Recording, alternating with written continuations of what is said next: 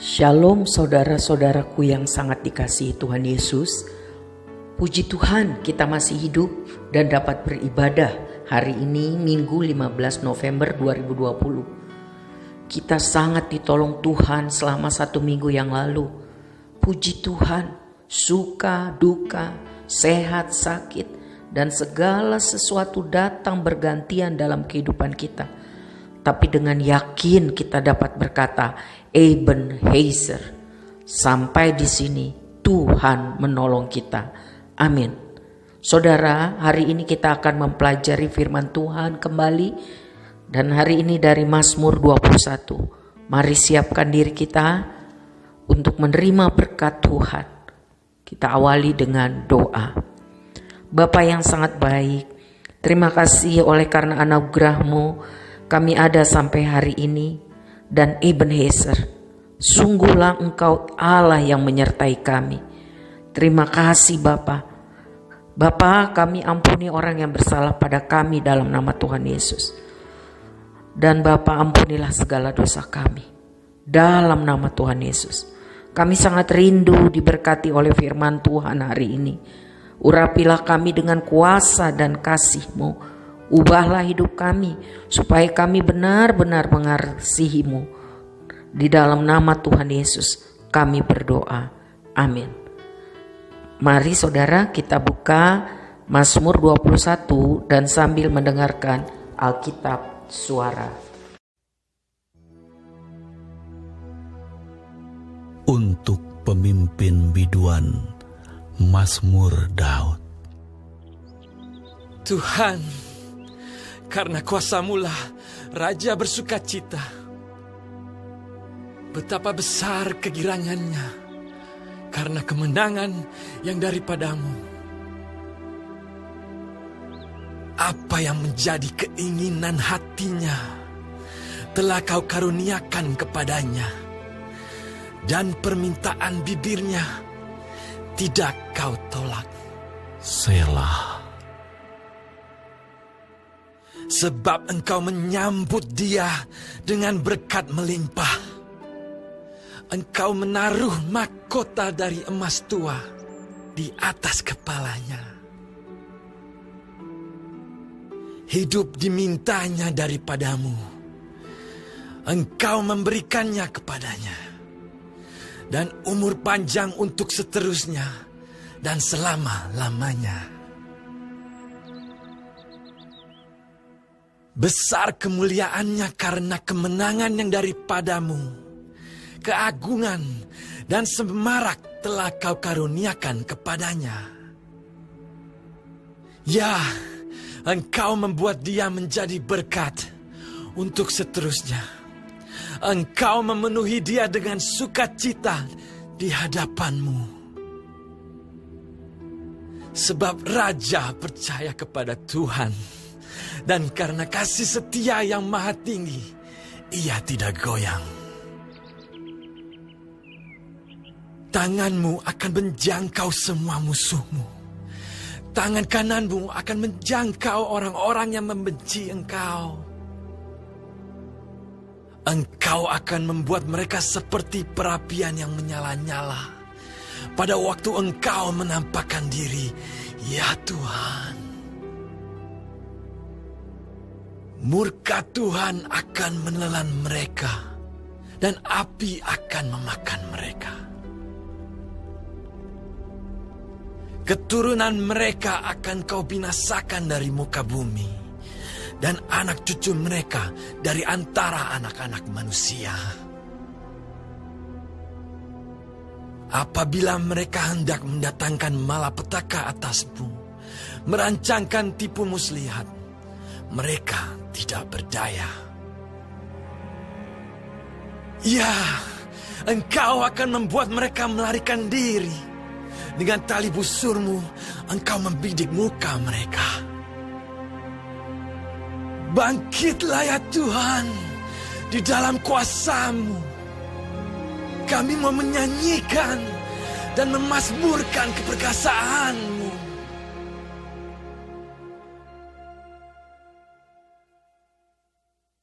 Mazmur 21 berjudul Nyanyian Syukur Karena Kemenangan Raja. Mazmur ini ditulis oleh Daud.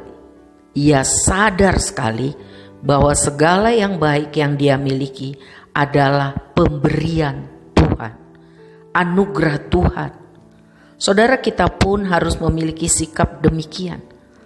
Sebab semua yang kita miliki, keselamatan, hidup, kesempatan baik, kesehatan, hal-hal yang baik, itu semua pemberian Tuhan.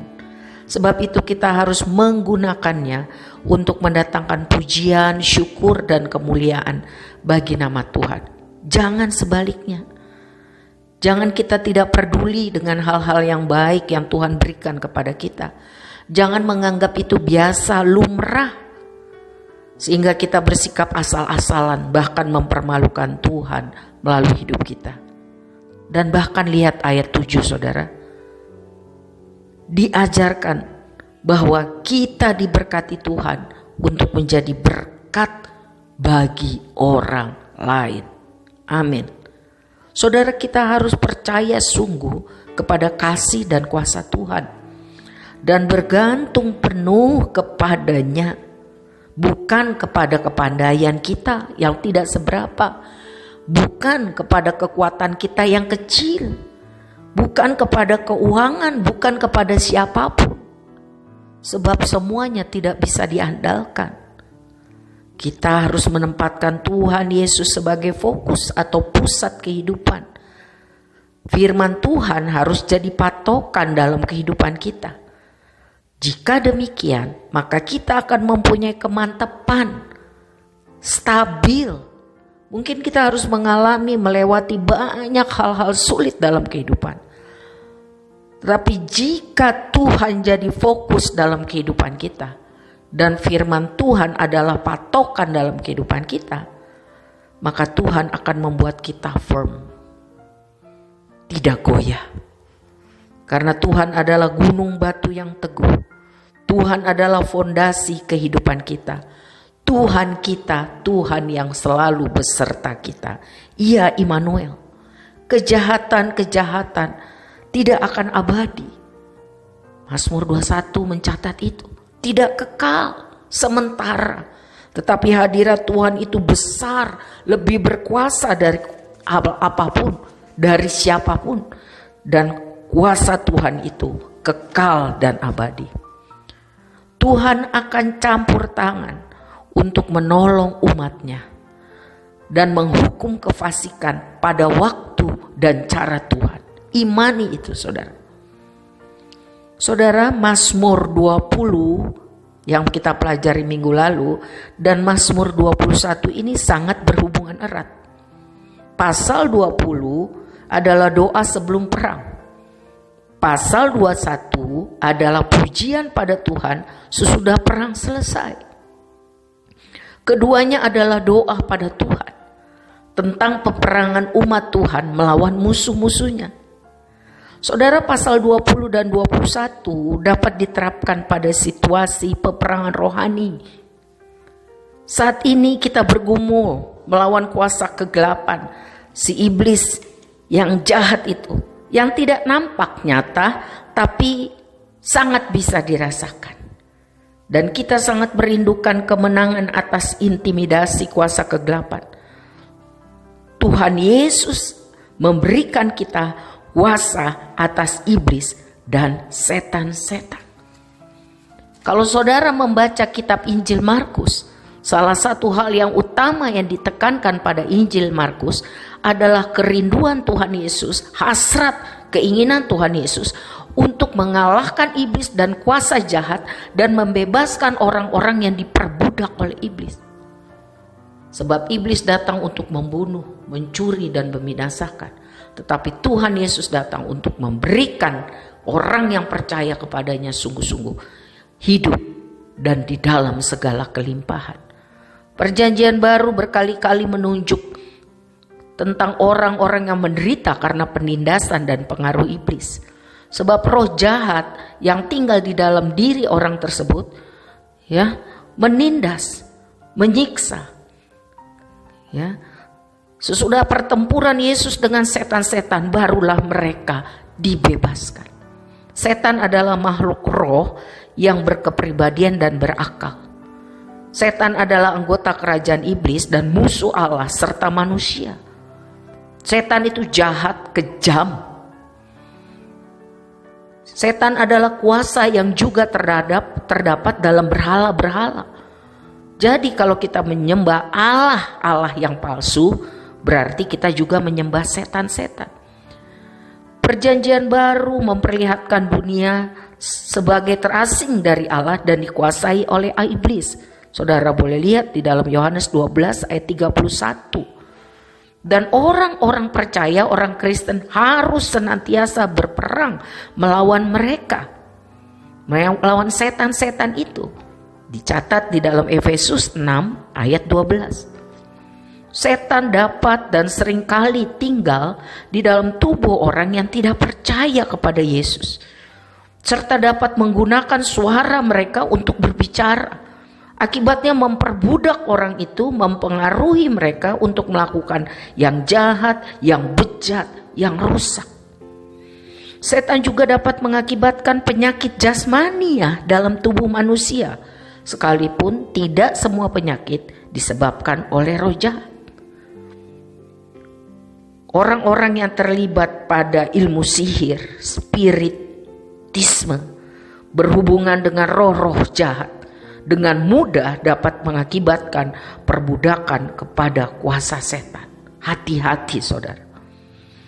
Roh jahat akan sangat aktif, khususnya pada hari-hari terakhir zaman ini. Meningkatkan ilmu gaib, meningkatkan kebejatan moral, kekerasan, kekejaman, dan akan menyerang firman Tuhan dan doktrin yang benar.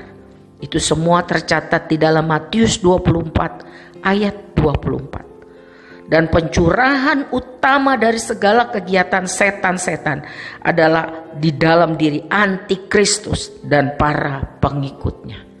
Tercatat di dalam 2 Tesalonika 2 ayat 9. Saudara, dalam mujizat yang Tuhan Yesus sering lakukan, Ia menyerang kuasa iblis dan setan-setan. Salah satu tujuan kedatangan Yesus di dunia ini adalah mengikat iblis, mengalahkannya, dan membebaskan orang-orang yang diperbudak oleh iblis. Matius 12 ayat 29. Sekarang bagaimana dengan orang-orang yang sungguh-sungguh percaya kepada Kristus dan setan-setan? Alkitab mengajarkan bahwa orang yang sungguh-sungguh percaya didiami oleh Roh Kudus dan tidak mungkin kerasukan setan. Roh Kudus dan setan tidak dapat tinggal bersama dalam satu tubuh. Tetapi setan dapat mempengaruhi pikiran, perasaan, tindakan orang yang percaya kalau tidak sungguh-sungguh menuruti pimpinan Roh Kudus. Tercatat di dalam Matius 16 ayat 23.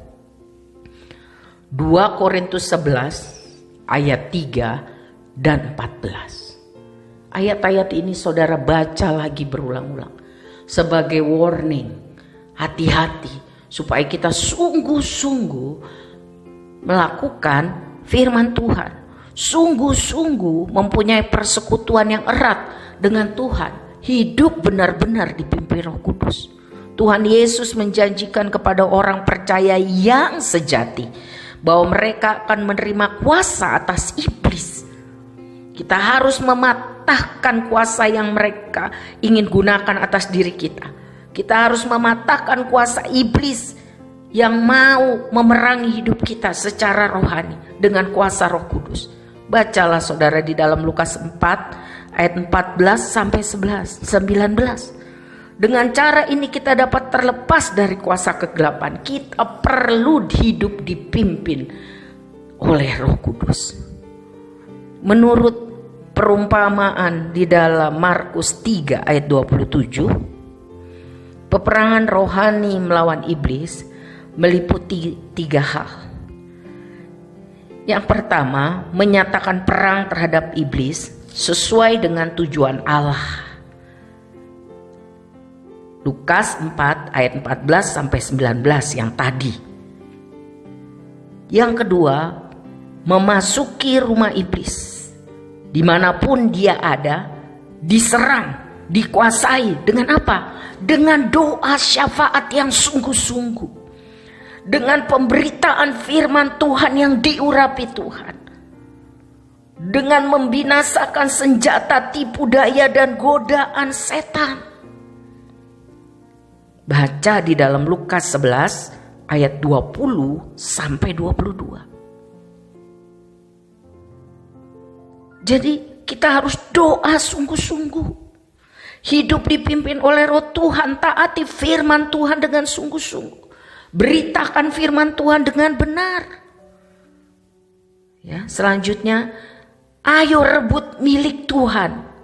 Siapa milik Tuhan? Jiwa-jiwa. Orang-orang yang selama ini ditawan kuasa iblis. Bawa mereka kepada Tuhan. Supaya diampuni, dikuduskan melalui iman kepada Kristus. Lukas 11 ayat 22. Jadi bagian saya dan saudara. Sebagai orang percaya. Kita harus berdoa syafaat. Hidup dipimpin Roh Kudus. Sungguh-sungguh menyampaikan firman Tuhan. Sehingga jiwa-jiwa itu boleh kita menangkan untuk Tuhan. Tuhan pakai hidup saya dan saudara. Berguna bagi Tuhan dan berguna bagi banyak orang. Amin. Inilah proses yang harus saya dan saudara ikuti untuk bisa mengalahkan iblis itu. Yang pertama, kita harus sadar bahwa kita tidak berperang melawan darah dan daging. Tetapi melawan kekuatan, melawan kuasa kejahatan. Efesus 6 ayat 12. Yang kedua, mari kita hidup di hadapan Tuhan dengan sungguh-sungguh. Hidup dalam seluruh kebenarannya. Jangan separuh benar. Jangan hidup munafik. Mari kita bertobat dengan sungguh-sungguh. Sebab kalau kita tidak bertobat dengan sungguh-sungguh, iblis bisa mempengaruhi pikiran, perasaan, dan tindakan kita. Sehingga kita tambah jauh dari pimpinan Roh Kudus. Tetapi kalau kita sungguh-sungguh, Tuhan bisa pakai kita untuk menjadi pendoa syafaat. Untuk memberitakan firman Tuhan dengan benar. Untuk membawa banyak orang hidup sungguh-sungguh di hadapan Tuhan. Saudara, waktu ini singkat. Hidup cuma sekali, mati bisa tiba-tiba. Saudara mau yang mana? Kalau saya mau dipimpin Roh Kudus. Saya rindu maksimal seperti yang Tuhan mau. Mari kita mengabdi kepada kebenaran Tuhan. Yang ketiga, yakin bahwa kuasa iblis dapat dipatahkan. Kisah 26, Kisah Para Rasul 26 ayat 18. Harus punya keyakinan bahwa kuasa iblis dapat dipatahkan. Itu bicara dengan iman. Iman bertumbuh dari pendengaran firman Tuhan. Makanya setiap hari dengar firman Tuhan, saudara. Baca firman Tuhan dan lakukan. Yang paling sulit saya akui adalah melakukan. Tapi ayo, mari kita maju di dalam Tuhan.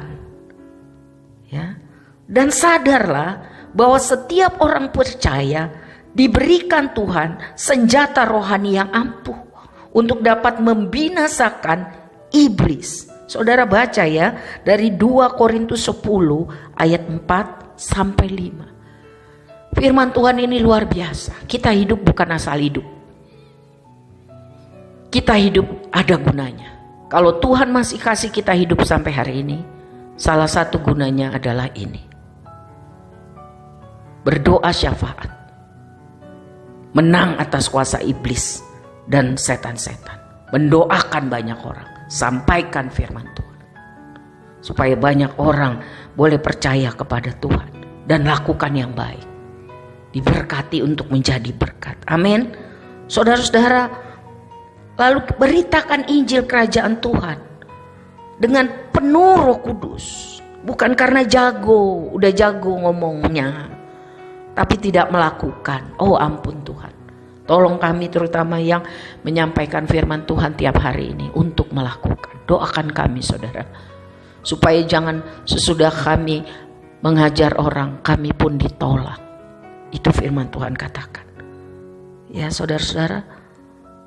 Dan selanjutnya dikatakan berdoa dalam roh. Kisah Rasul 6 ayat 4. Berpuasa. Matius 6 ayat 16. Usir setan-setan di dalam nama Tuhan Yesus. Jadi saudara, supaya hidup kita ini sungguh-sungguh efektif, mari kita minta sama Tuhan. Ini sudah mau akhir tahun 2020. Berdoa khusus agar Roh Kudus menginsafkan kita dari semua kelakuan kita yang gak benar. Orang bisa gak tahu, tapi Roh Kudus tahu. Dan bilang, Tuhan pakai saya seperti apa yang Tuhan mau. Saya rindu membawa banyak orang terhilang. Orang yang sudah hidup di dalam dosa dan merasa itu tidak apa-apa. Supaya mereka datang dan mengalami pemulihan dari Tuhan. Berdoa saudara buat diri kita supaya kita menjadi saksi Kristus yang efektif. Dan berdoa supaya melalui manifestasi roh Tuhan, ada karunia kesembuhan, berbahasa roh, mujizat, tanda-tanda ajaib, dan yang lebih lagi, banyak orang boleh percaya, bertobat, dan menerima Yesus. Kesimpulannya saudara, Mazmur 21 ini adalah Mazmur bersyukur karena Raja sudah menang dalam peperangan. Hal ini bisa diaplikasikan dengan peperangan rohani yang sedang kita hadapi. Ingat, yang pertama, segala yang baik yang ada pada kita itu anugerah Tuhan. Hargai itu dengan cara hidup yang mempermuliakan Tuhan. Jangan asal hidup. Mari hidup mempermuliakan Tuhan. Jangan mempermalukan namanya yang kudus. Yang kedua, kalau kita diberkati oleh Tuhan, ingat, kita harus jadi berkat buat orang lain. Mulai dari keluarga kita, mulai dari orang-orang yang dekat dengan kita, mulai dari komunitas kita. Untuk apa? Bukan untuk sombong, bukan untuk dipuji.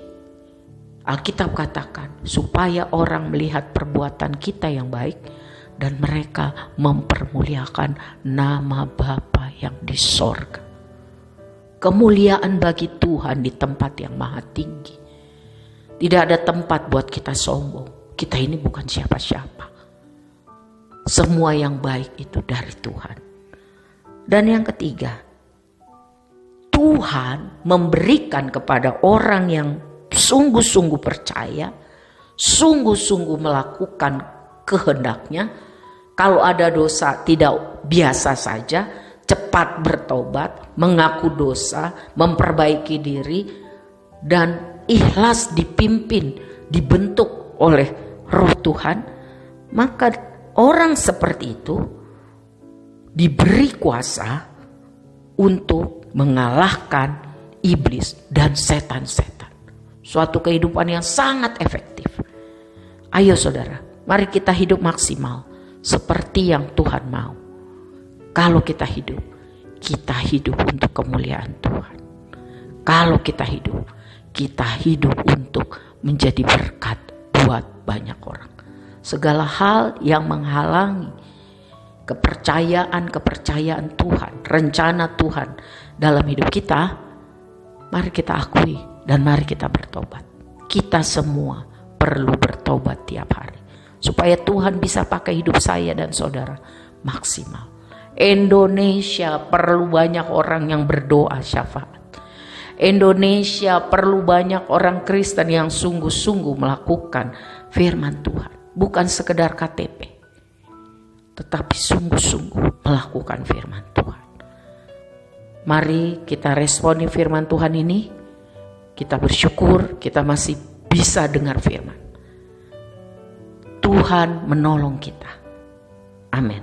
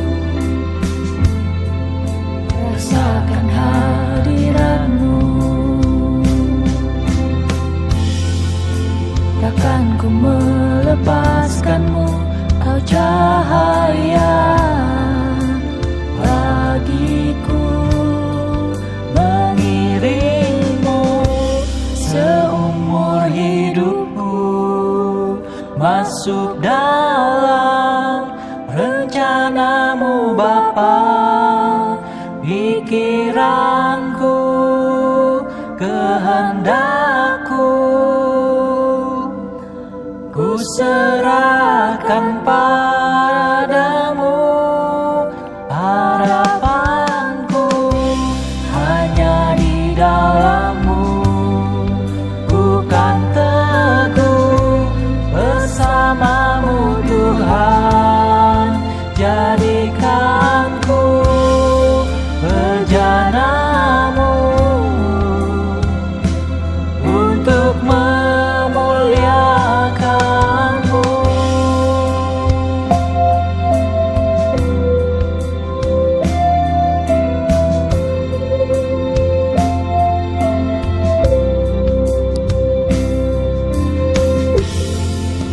Tersungkurku di kaki-Mu, rasakan hadirat-Mu. Takkan ku melepaskan-Mu, Kau cahaya bagiku. Mengiring-Mu seumur hidupku, masuk dalam rencana-Mu Bapa. Pikiranku, kehendakku, ku serahkan padamu. Harapanku hanya di dalam-Mu. Ku kan teguh bersama-Mu Tuhan. Jadikanku bejana-Mu untuk memuliakan-Mu. Mengiring-Mu seumur hidupku, masuk dalam rencana-Mu Bapa. Pikiranku, kehendakku, ku serahkan padamu. Harapanku hanya di dalam-Mu.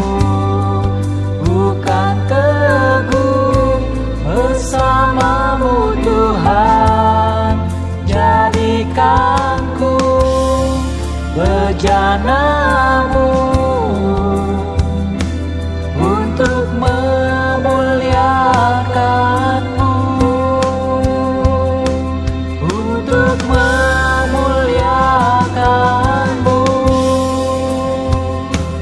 untuk memuliakan-Mu.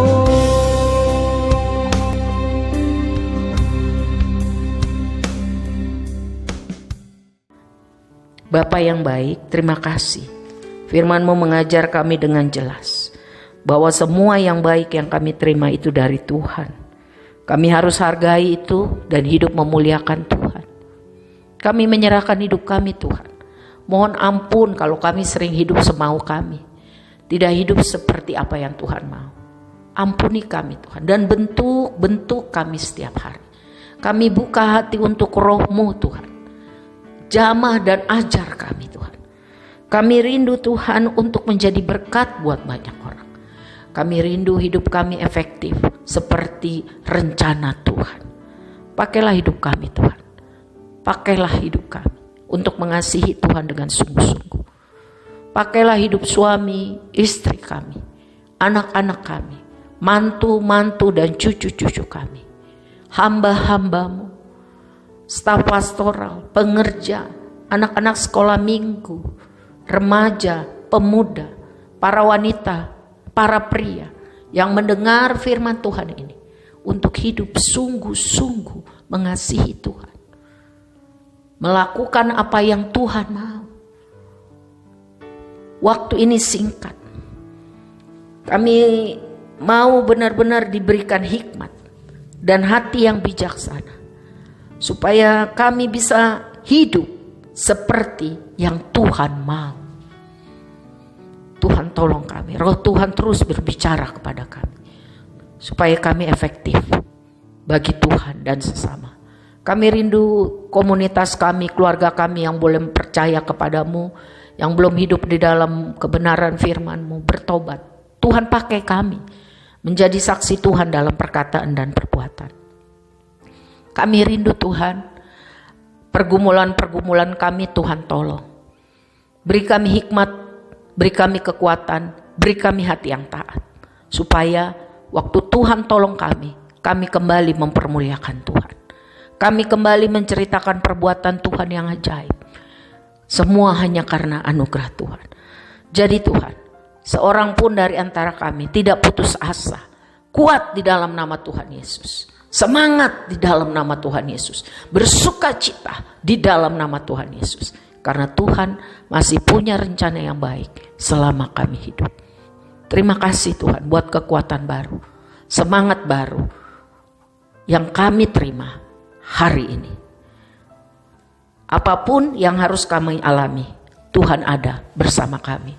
Dan tolong kami hidup sungguh-sungguh mengasihi Tuhan. Tolong kami hidup sungguh-sungguh di dalam rencana Tuhan. Agar semuanya yang terjadi di dalam hidup kami bukan karena kebodohan kami, tetapi karena Tuhan sedang membentuk kami lebih hari lebih benar, lebih hari lebih seperti yang Tuhan mau. Segala perkara dapat kami tanggung di dalam Tuhan yang memberikan kami kekuatan. Amin. Mari angkat tanganmu saudaraku yang dikasihi Tuhan. Terimalah berkat Tuhan ini, imani dalam nama Tuhan Yesus. Tuhan memberkati engkau dan melindungi engkau. Tuhan menyinari engkau dengan wajahnya dan memberi kepadamu kasih karunia dan damai sejahtera. Di dalam nama Bapa, Anak, dan Roh Kudus. Amin. Tuhan memberkati saudara. Semangat dan bersukacita karena Kristus. Amin.